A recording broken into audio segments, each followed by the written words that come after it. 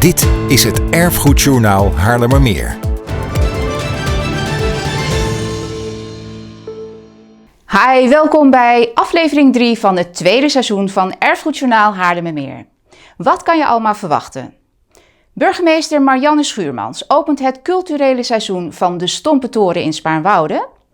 Aandacht voor de restauratie van Fort bij Aalsmeer. En de Klaverman ontmoet vrijwilliger Bram Verbeek in Hoofddorp. Maar we beginnen met de jubilerende stroomboot, het iconische pontje over de ringvaart bij Krukjes. Benjamin en Chiara spraken een schipper en een passagier over 25 jaar heen en weer. De groene stroomboot, eigenlijk paars en geel. Wie kent hem niet? Het pontje is een van de karakteristieke elementen van Haarlemmermeer. In april vierde het pontje zijn 25-jarig bestaan. Maar aan de komst van het pontje ging een rijke geschiedenis vooraf. Midden 19e eeuw werd Haarlemmermeer drooggelegd. En in 1852 was ook de met de hand gegraven ringvaart een feit. Door deze drooglegging kwam er bebouwing en daardoor ook de behoefte aan een veerpont. Deze werd al in 1869 in gebruik genomen. In 1970 werd het pontje ook nog gebruikt door scholieren, maar na het herstellen van de verbinding in 1998 werd het vooral gebruikt voor recreatie. Bij de steigerplaats zit nu ook een heel leuk theehuis bij het Krukjesgemaal.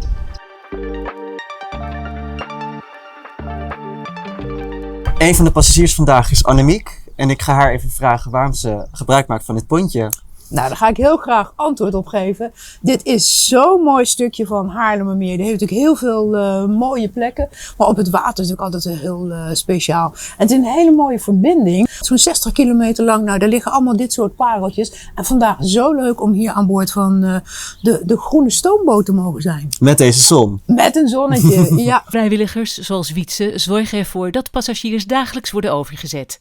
Jaarlijks zijn er dat zo'n 15 tot 20.000. Waarom heet het eigenlijk de groene stroomboot? De groene stroomboot is omdat het op een zonnepaneel werkt. En dat het groen is het symbool voor klimaat. Ja. Neutraal bezig zijn. En dat is deze boot al 25 jaar. Het pontje kan blijven varen dankzij subsidies van de gemeente Haarlemmermeer en Haarlem. Ook bedrijven die reclame maken op de boot, vaste donateurs en passagiers houden de vaart in stand. En hoe ziet u de toekomst? Het is natuurlijk een uniek concept dit. Een pontje op zonnepanelen. Ja. Komen er meer van? Komen er minder van? Nou, er varen een aantal in Nederland.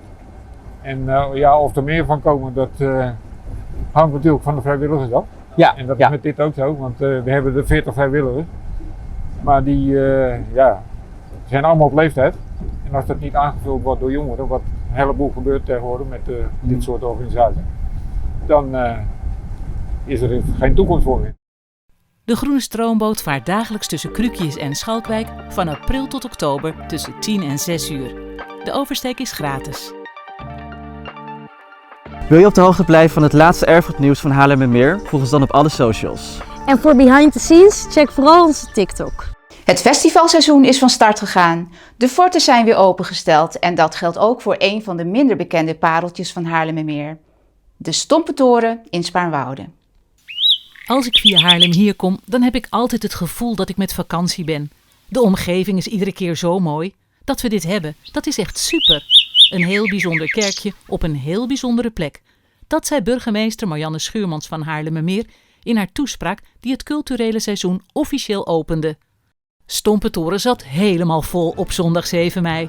Voor de burgemeester, maar ook om te genieten van de gypsyband Ochto Gatje, dat al 25 jaar optreedt met een breed repertoire zigeunermuziek uit diverse landen. Ochto Gatje is een term uit een droom in de taal van de Roma-zigeuners. Het betekent 8 burgers in de zin van 8 niet-zigeuners, oftewel gaaiers. Nou, dat gaaiers kan er wat van.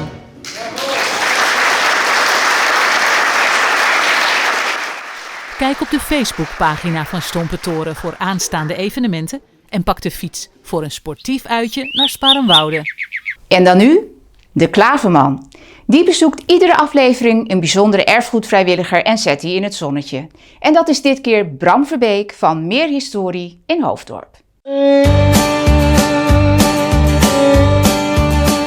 Ja, dames en heren, we zijn aangekomen in de Witte Boerderij in Hoofddorp. En naast mij staat een man die een lintje heeft gekregen van de koningin, die de gouden speld van verdiensten van de gemeente Haarlemmermeer heeft en die vandaag ook een bijzondere onderscheiding gaat krijgen. Bram. En Bram is vrijwilliger bij Meerhistorie, de club die de geschiedenis van Haarlemmermeer bestudeert. Bram, je bent beheerder van de Witte Boerderij. En ik ben in 2000 in het bestuur van Meerhistorie gekomen als penningmeester. En tot 2010 en daarna ben ik als vrijwilliger doorgegaan. En als beheerder dus in en om de boerderij. Ja, en je bent nu 86? 86, ja. 86 en nog 3 halve dagen per week hier actief. Ja, inderdaad. Het is fantastisch. En dat is een cadeautje waard. Een klein cadeautje, maar een blijk van grote waardering. En dat is het klavertje 4, het symbool van het erfgoed in Haarlemmermeer. En die is voor jou. Nou, dankjewel. Alsjeblieft. Mooi agrarisch teken. En jij weet dat, want je bent boer geweest. Ja. Terug naar de studio in Hoofddorp. Fort bij Aalsmeer.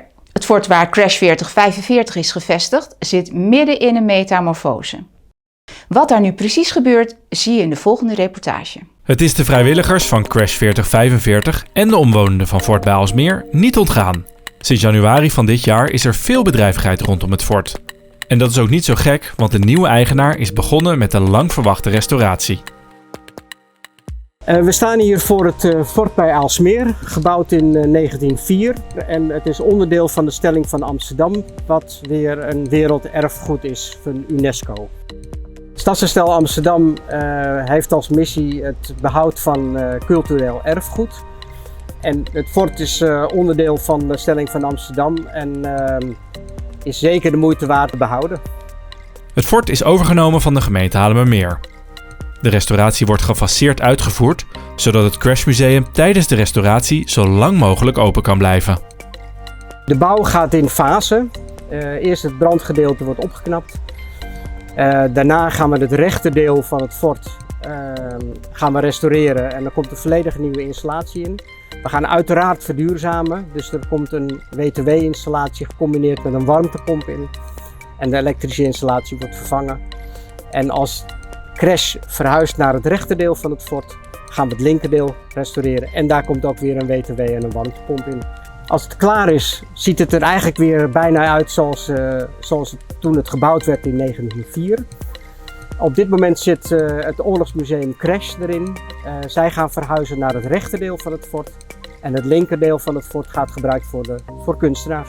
De restauratie zal medio 2024 voltooid zijn.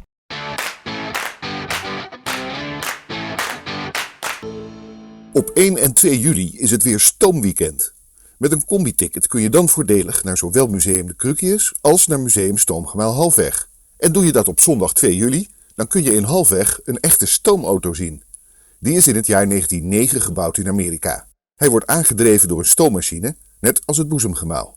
En dat is heel bijzonder, want auto's op benzine of diesel kennen we allemaal, net als elektrische auto's.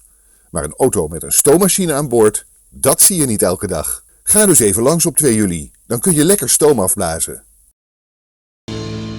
Illustrator Geert Gratema heeft alle erfgoedinstellingen van Haarlemmermeer letterlijk op de kaart gezet.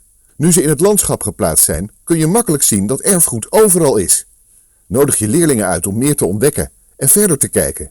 Gebruik de kaart om op onderzoek uit te gaan. Waar staat onze school? Wat gaan we bekijken? En wat komen we tegen onderweg?